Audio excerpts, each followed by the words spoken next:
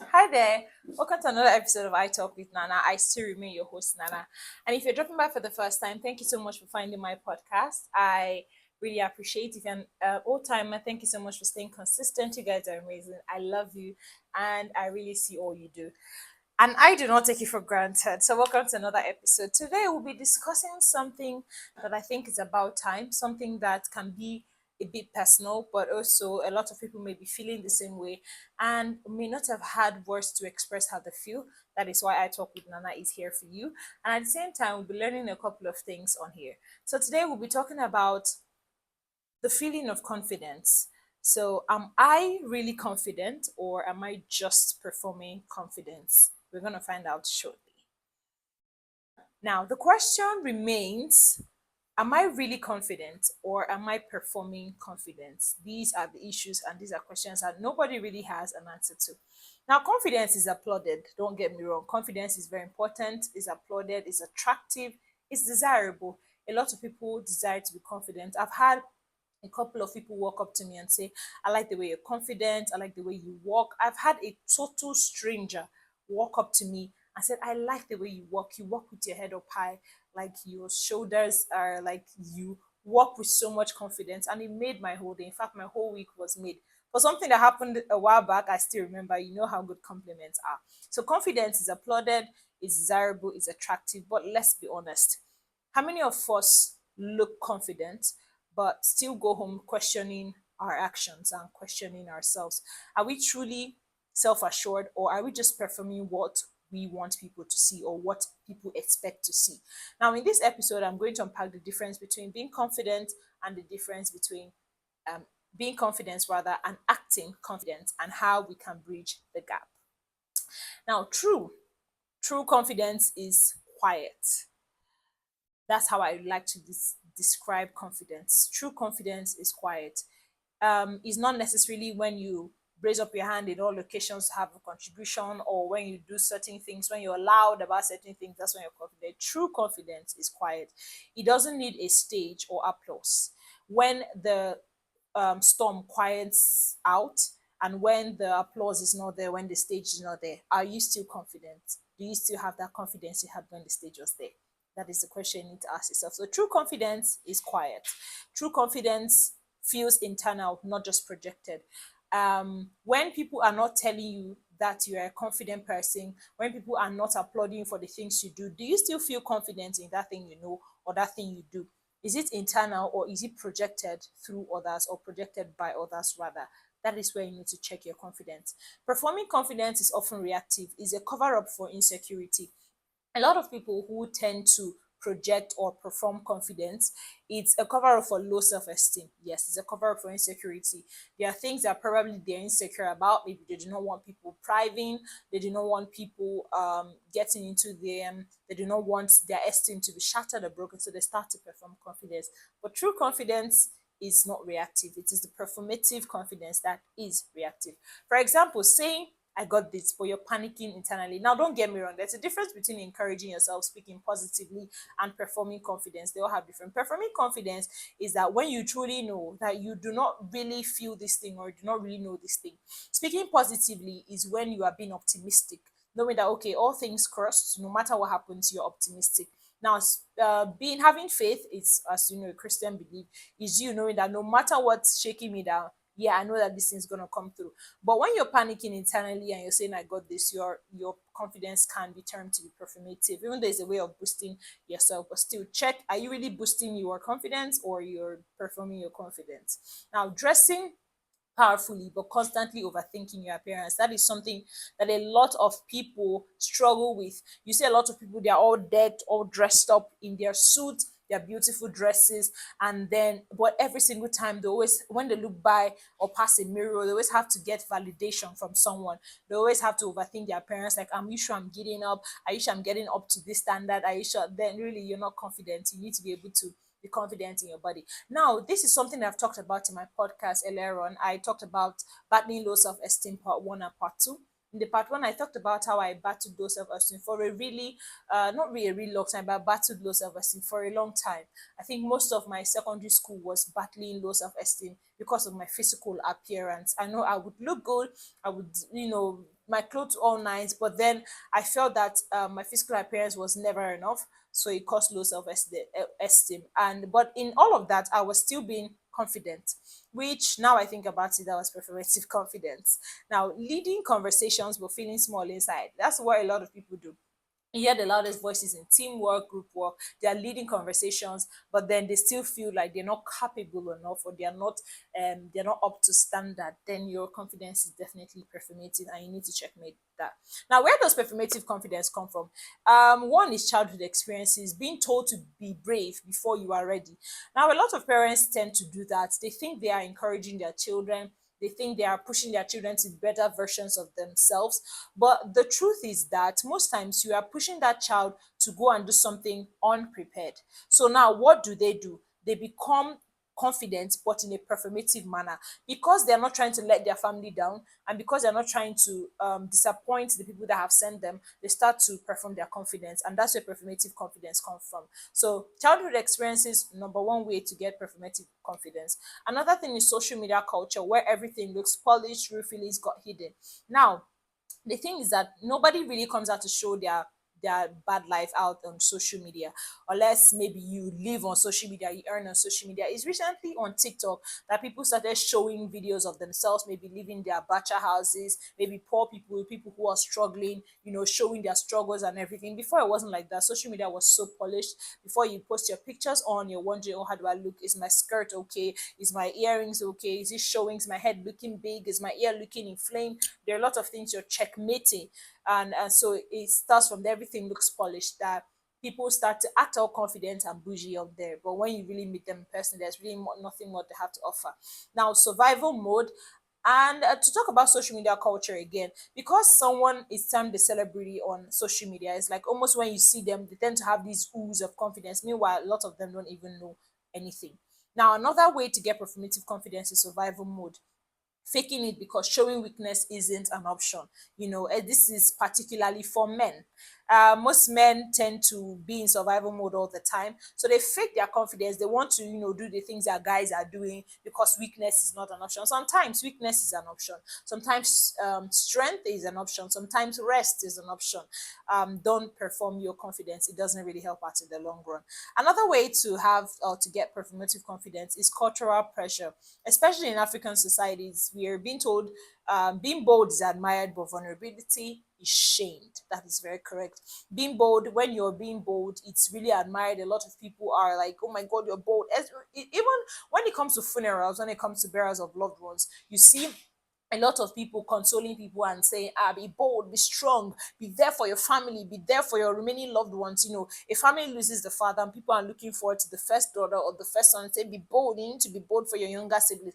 And you're just wondering, like, yeah, I'm trying to be bold, but at the same time, I need to be vulnerable. They don't really have the time to mourn, so they really shield emotions, and they show performative confidence. Meanwhile, they are literally dying and crying out for help and breaking down internally. That is where performative confidence comes from. Now, how to tell the difference? The difference is: do you need validation to be confident? Do you need validation to feel confident? If you do need validation to feel confident, then your confidence is performative. But if your confidence, regardless of what people think about you, then definitely you have the confidence of a lion. Do I shrink? Another question is: do I shrink when I'm alone? Or when no one's watching? Do I feel less of myself? Do I experience low self-esteem when no one is watching and when I'm alone? These are the questions to ask yourself. If the answer is yes, um, you feel like you're low, or you shrink when you're alone, then your confidence is performative. Another question that can tell the difference is: am I calm when things go wrong, or do I spiral despite the facade? Passage is it is very important to get this. I'll take that question again. Am I calm when things go wrong, or do I spiral despite the facade? Now, a lot of people tend to be confident only when things are positively turning out properly. A lot of people tend to be confident when things are going their way. But when things are out of their control, the confidence goes to the ground. They are panicking, they are going out, they don't know what to do. Yes, you need to check if your confidence really performative. Now, it's different when you're showing different emotions. But if every time something goes out of control and you still do not apply some level of confidence, you only do that when people are around or you have to do it for a show, then your confidence is performative. Now, when you're performing confidence, when you're having performative confidence, is very exhausting because one, you feel drained after social interactions because you've had to put on a facade, you had to put on some type of mirror, you had to, your life is a mirage, you had to put on some type of mask so that people don't really read into you, people don't really break your shell or something like that. So you're drained after social interaction, like, oh, finally, oh, girl, I got to take this off, and you take it off, and you're back to feeling alone and feeling depressed and feeling less of yourself. Now you over explain, over deliver, or overthink just to seem put together. What do I mean? So when you go out there to interact with people, you over explain. Like you're yapping and yapping and you're over explaining, you are over delivering, you're overthinking just because you want to have some sort of mask, some sort of visual that you want people to see. So you just want to seem put together, you want to seem confident. So you start to overdo everything that you normally wouldn't. Now you fear people seeing through you. You're afraid of being vulnerable. You know, you have the imposter syndrome. You're afraid of people seeing through you. You think that when I put on this facade, when I put on this mask, nobody's able to see through me, nobody's able to read me. So that is one of the exhausting parts of performative confidence. Now, reclaiming true confidence, confidence can be quiet. It's not every time you have to be loud. You do not have to be loud to be sure. You do not have to be loud to be correct. You do not have to be loud to make a point. Confidence can well as be quiet. Now start by being honest with yourself. Am I really confident? Why do I not feel safe being real? You need to ask yourself this question. Confidence grows when you allow imperfection. Yeah, that's what, when I say this thing, people are like, ah, what do you mean? But confidence, imperfection, how does that go? Now, when you're confident, it doesn't mean that you have the inability to be imperfect. But confidence means that despite your imperfection, as a human being that you well are, you are still optimistic and you are still confident in what you know, what you resolve, and what you are. So confidence grows when you allow imperfection. You're allowed to not know. That is still powerful. Knowledge is power. And every day we learn. You keep learning to the day that you die. The minute you stop learning, that's the minute your mental capacity reduces and goes down till you are drained. So you are allowed to not know sometimes. Like sometimes say, I do not know. That is a problem. Coming from an African home, African parents will always tell you, majority of them always tell you, I expect you to know. They always say, oh, I started a family really young. Nobody taught me these things. Nobody, and they forget that that's actually false. You may have learned these things not necessarily by sitting down and hearing from other people, but by listening to other people's experience, by watching, by observing, by watching videos online, watching people's experience, hearing stories, when you go to meetings, these things. And they forget that they've learned over time. They forget that sometimes they may not even be the perfect parents, they may not even be close to perfection, but you take them as they are. And because you keep learning to them. So when I hear African parents say, I expect you to know, well, there are things that you should be expected to know. But then, if a child comes up and tells you, oh, I do not know, or someone comes up and tells you, I do not know, do not trash their confidence just because they do not know. They are allowed to not know. Nobody really knows it all. I mean, if we did, we would have stopped at crèche, but we went on to nursery, to primary, to secondary, first degree, second degree, MSc, PhD, this, that. Come on, let's be serious. You're allowed to not know. As far as you're willing to go, it's still powerful. Now, you need to ask yourself some questions like, where in my life am I performing more than I'm being? Am I performing 90% and being 10%? Do I need to checkmate that? Yes, you do. If you're performing more than you are really, then you need to checkmate that. Who am I when no one is watching? It's a very important question. Who are you when no one is watching? Who are you when you're in your room? Who are you when thoughts are going through your mind? Who are you when you are by yourself? Are you afraid of being by yourself just because you do not want to hear your thoughts, or because you are afraid of what you are really? Now, what do I need to believe about myself to stop pretending? These are questions you need to reflect on and ask yourself. What's that lie you need to stop telling yourself about yourself? And what's the truth? What do you need to believe about yourself to stop pretending? I'll end this episode by saying confidence isn't just how you walk into a room, it's how you feel when the room goes quiet. So ask yourself, are you being her, or are you just playing her? Are you being him, or are you just playing him? If this episode made you think, share it with a friend who's been carrying too much weight behind a strong smile. Share it with that friend who you think has it all put together. Share it with that friend who has allowed you a bit into an insight into how they feel over time, and let them know they're not alone on the struggle. Let them know that if the confidence is performative, they are going to keep getting exhausted. But if it's something that is true, something that is real, something that is tangible, and something that can be touched, then it means that their confidence will not be exhausting them over time. You need to learn this as well. Confidence is very important. Now, I will just share a little experience before I go up. So, a couple of weeks ago, I was invited to come and give a talk at the secondary school. It was the career day, so I was invited to give a talk. 2 days before that day, I got a call to remind me about the setting. And to be very honest, I wasn't so confident about it. It's very funny when I say this because I feel like it's not true. That can be you. So I wasn't feeling so confident about going. I almost turned it down, but I was like, I already promised these people that I'm going to be here. So why am I feeling this way? So I prepared what I had to do. And that day I got there, I sat down, and I was actually the last speaker that day. And I watched every other person give their presentation. People were asking questions, people were interacting, they were clapping, young children, and it was beautiful to see. And then when it was getting to my turn, I the confidence, I felt so, I don't know how to put it. I felt so majestic. I felt like royalty. I felt so good. I felt so put together. I felt like how I should be feeling. And I just thought about, like, what if I turned it down because of how I was feeling at the moment? What if I threw away all my confidence just because of how I felt?